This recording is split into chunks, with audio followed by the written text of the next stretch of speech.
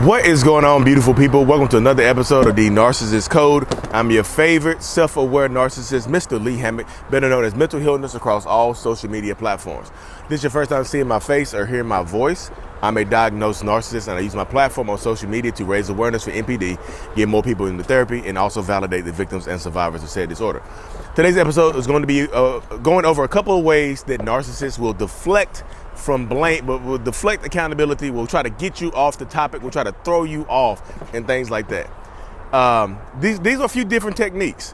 One technique, I'm gonna start it off, is by focusing on what narcissists will focus on to throw you off the point, is tone of voice.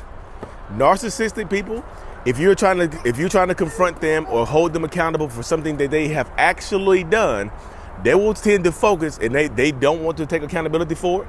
They will tend to focus on your tone of voice, how you are speaking to them. Even if you don't have a tone, even if you're not speaking to them in any other way, shape, or form, they will focus on your tone of voice. They just will. Yeah. So even if you don't have a tone of voice, even if your tone has not changed at all, they will try to say it has. They will say, "Why are you talking to me like that?" Like, hold on, we're going to talk about that, but you don't get to raise your voice at me. Why are you raising your voice? Why are you saying it to me like that? You know, if you're going to talk about something, you need to watch your tone. You know, you need to do that. You need to focus. They focus on how you're talking. You know, they focus on how you're talking and not what you're talking about. They don't care what you're talking about. They know that they are guilty. Like narcissistic people, we know when we have done wrong. So that's why we're trying to, you know, divert the attention back to you. Get it off of us, back to you. Why are you talking to me like that? And you, like I said, if you don't have a tone, if you're not speaking in any kind of different tone than you normally would, then you might get confused. You'll be like, wait, what? I don't have a tone. What are you talking about? You do have a tone. Like, listen to your voice. Listen how you're talking to me. Like, show me some respect. Or so, if they think you have a tone, you know, if they think you have a tone, they will absolutely try to hyper focus on that to get you thrown off. And they sometimes look, they'll take how you're talking to them, quote unquote, and use that as a reason to get mad at you. So that can lead into a different diversion tactic of rage. They can rage out on you. They can take your tone of voice or how you're speaking to them, or just the simple fact that you're trying to hold them accountable. They can take all of that stuff right there and use it to formulate a reason to get mad at you, yell and scream at you, rage out on you. You know, rage is used to intimidate you, to get you off the point even more. If y'all are watching my video and you see what I'm doing, my daughter is on this little slide right here. I'm trying to watch her at the same time. So this is, y'all got me in real life. Like, look, she's trying to get her legs off from under here. There you go, slide. Show them you can slide. Go ahead. So I want y'all to watch it real quick, y'all. Sorry for the interruption. Go. Whee! Yay! Okay. But yeah, they use that to get you to rage out. They use your tone to get you to have a reason to get mad at you. I'm yelling at you because how you talk to me. You can't talk to me any kind of way and expect me not to retaliate. You can't talk to me any kind of way. So they'll use your tone or lack thereof as a reason to rage out on you, yell and scream at you, to intimidate you, get you scared, and get you off the point. Or it just exhausts you. You're just tired of arguing at that point. It didn't need to be an argument, but it turned into an argument because a narcissistic person, toxic person, whatever, could not handle that accountability from you confronting them. So they'll focus on your tone. This is the diversionary tactic. If they say, "Watch your tone. Why you talking to me like that? Why's your voice like that?" They're trying to throw you off the point. I promise you. They're not hyper focused on your voice or how you're talking to them. They're focused on the fact that you're trying to hold them accountable. So your tone can lead to rage. Your tone can also lead to the silent treatment. You know, because a lot of narcissists don't rage, y'all. I know narcissistic rage is a term that a lot of people use, but not all narcissists rage. The more covert type narcissistic people, they go silent on you. They'll give you the silent treatment as a diversionary tactic to stop being held accountable.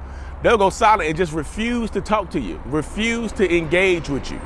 They'll do that instead, y'all. So they won't sit right here and argue with you and fight with you, or get loud with you. They'll just refuse to talk to you. They'll just go silent on you. You know, they're just like, zip. I'm gonna go completely silent on you, and just refuse to talk to you. A lot of them will do that right there, y'all. A lot of them do that, so you can't hold them accountable. You know what I mean? A lot do that, and a lot of people are like, no, Mine doesn't rage at me. So they must not be a narcissist. Not all narcissists rage, y'all. I'm telling you. Some narcissistic people, like not all narcissists rage. Some narcissists will absolutely go silent on you and things like that instead. So silence works too. They don't have to rage on you.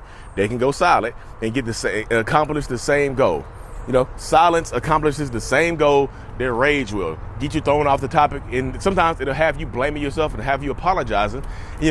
Have you blaming yourself, have you apologizing to them, and they still don't. There's no accountability on the forefront for them and things like that. You know what I mean?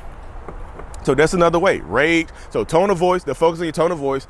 They'll rage out on you. They'll give you the silent treatment. And some people will just leave. They'll stonewall you and just disappear on you. They'll just go complete. They won't give you the silent treatment. It's part of the silent treatment, but they'll just leave. They'll leave the house. They'll leave the room. Wherever space you're having this conversation in, they'll just refuse to have it and just leave. Have a reason to go out there and, leave the house. They'll use this as a reason to leave the house. I'm not trying to argue with you, and just leave. And y'all, I'm just telling y'all, what you allow is what will continue. Absolute truth. What you allow is what will continue. Like, how do I communicate with this person?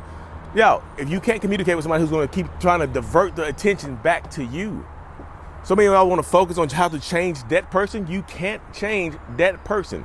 The only thing you can change in these situations is you.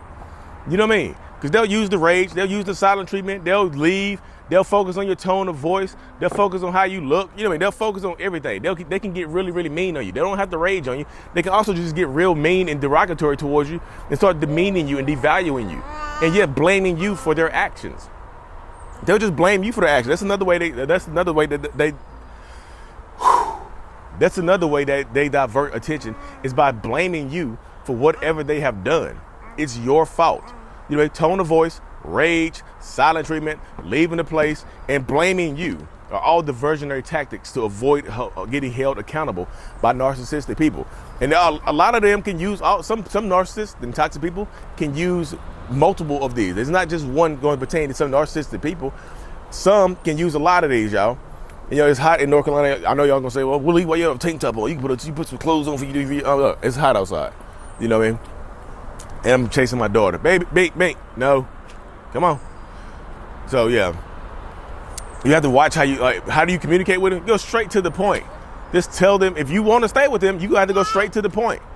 And of course, use discretion, because sometimes they can use physical violence to throw you off the point. They can put their hands on you.